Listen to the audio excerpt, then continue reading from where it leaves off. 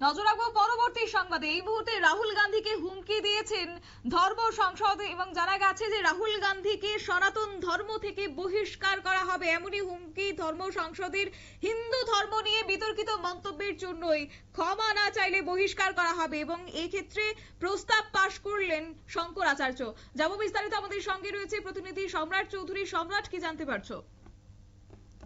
দেখো, রাহুল গান্ধীর এক মন্তব্য নিয়ে কিন্তু আবার বিতর্ক দেখা দিয়েছে এবং হিন্দু ধর্মের যে ধর্ম সংসদ রয়েছে সে ধর্ম সংসদের ধর্মগুরুরা কিন্তু এবার রাহুল গান্ধীকে সরাসরি হুঁশিয়ারি দিয়েছেন।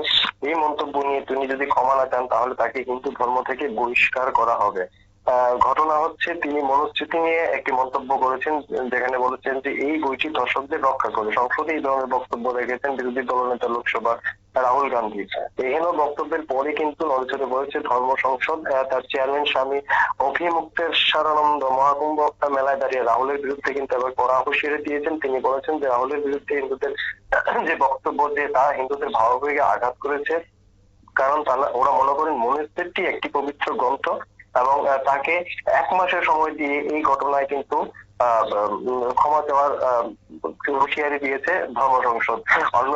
যদি তিনি 1 মাসের মধ্যে ক্ষমা না চান তাহলে তাকে হিন্দু ধর্ম থেকে বহিষ্কার করা হবে, এই বলে কিন্তু হুঁশিয়ারি দেওয়া হয়েছে। দেখো, রাহুলের যে এই মন্তব্য নিয়ে কিন্তু ইতিমধ্যে সারা দেশ জুড়ে কিন্তু একদিকে আলোচনা সমালোচনা পক্ষে বিপক্ষে দুভাবেই চলছে। রাহুলের হিন্দু ধর্ম নিয়ে রাহুল গান্ধীর এই ধরনের মন্তব্য এই প্রথম না, একাধিকবার তিনি বিভিন্ন যুক্তিতর্কে কিন্তু হিন্দু ধর্মের বিভিন্ন নেতিবাচক দিকগুলি তুলে ধরেছেন এবং নানা রকম মন্তব্য করেছেন। এই বিষয় নিয়ে কিন্তু এর আগেও বহুবার জলঘোলা হয়েছে। তাকে বিভিন্ন ধর্মীয় প্রতিষ্ঠানগুলি এবং হিন্দু ধর্মের যে মঞ্চগুলি রয়েছে তার থেকে বারবার হুঁশিয়ারি দেওয়া হয়েছিল, কিন্তু রাহুল গান্ধী কোনো ভাবেই হিন্দু ধর্মের যে নেতিবাচক দিকগুলি রয়েছে, যেগুলি তার মতে নেতিবাচক, সেগুলি নিয়ে কিন্তু সমালোচনা করতে ছাড়েননি। বরাবরই তিনি কখনো সংসদের ভিতরে কখনো সংসদের বাইরে রাজনৈতিক মঞ্চে বা রাজনৈতিক আলোচনায় তিনি তার বক্তব্য রেখে গেছেন। এবার তার এই বক্তব্য কিন্তু সরাসরি ধর্ম সংসদের রোশনালে পড়েছেন। রীতিমতো তাকে ক্ষমা চাওয়ার হুঁশিয়ারি দেওয়া হয়েছে এবং 1 মাসের। সম্রাট, কি শোনা যাচ্ছে আমাকে? হ্যাঁ, একদম। তবে এই বিষয়ে কিন্তু রাহুল গান্ধীর কোনো প্রতিক্রিয়া এখনো জানা যায়নি। তো তাকে হিন্দু ধর্ম থেকে বহিষ্কার করা হলে রাহুল গান্ধী আদৌ তার কি ক্ষতি হবে বা কি তার প্রতিক্রিয়া হবে সেই বিষয়ে এখনো কিছু জানা যায়নি। তবে সংসদের তরফে যে হুমকি দেওয়া হয়েছে তা কিন্তু যথেষ্ট গুরুত্বপূর্ণ। শতাব্দী, একেবারে এই যে তাকে ক্ষমা চাওয়ার জন্য বলা হচ্ছে, তাহলে কি সেই ক্ষেত্রে তাকে সময় দেওয়া হবে যে তিনি কেন এই কথা বললেন সেই কারণটা ব্যাখ্যা করার জন্য? আমি দেখো সারাদিন আমি তোমাকে উল্লেখ করেছি যে 1 মাসের সময় বেঁধে দেওয়া হয়েছে, সেটাই খুব উল্লেখযোগ্য বিষয় যে সংসদের এরকম একটি বিতর্কিত মন্তব্যের পর ধর্ম সংসদ কেন তাকে 1 মাস এত একটি লম্বা সময় তাকে দেওয়া হচ্ছে। এই ধরনের ঘটনায় ক্ষমা চাওয়ার জন্য সর্বোচ্চ মানে ধর্মীয় সংসদ যে আকারের সংস্থা, তাদের পক্ষে অন্তত সর্বোচ্চ 3 দিন সময় বেঁধে দেওয়া যেতে পারতো।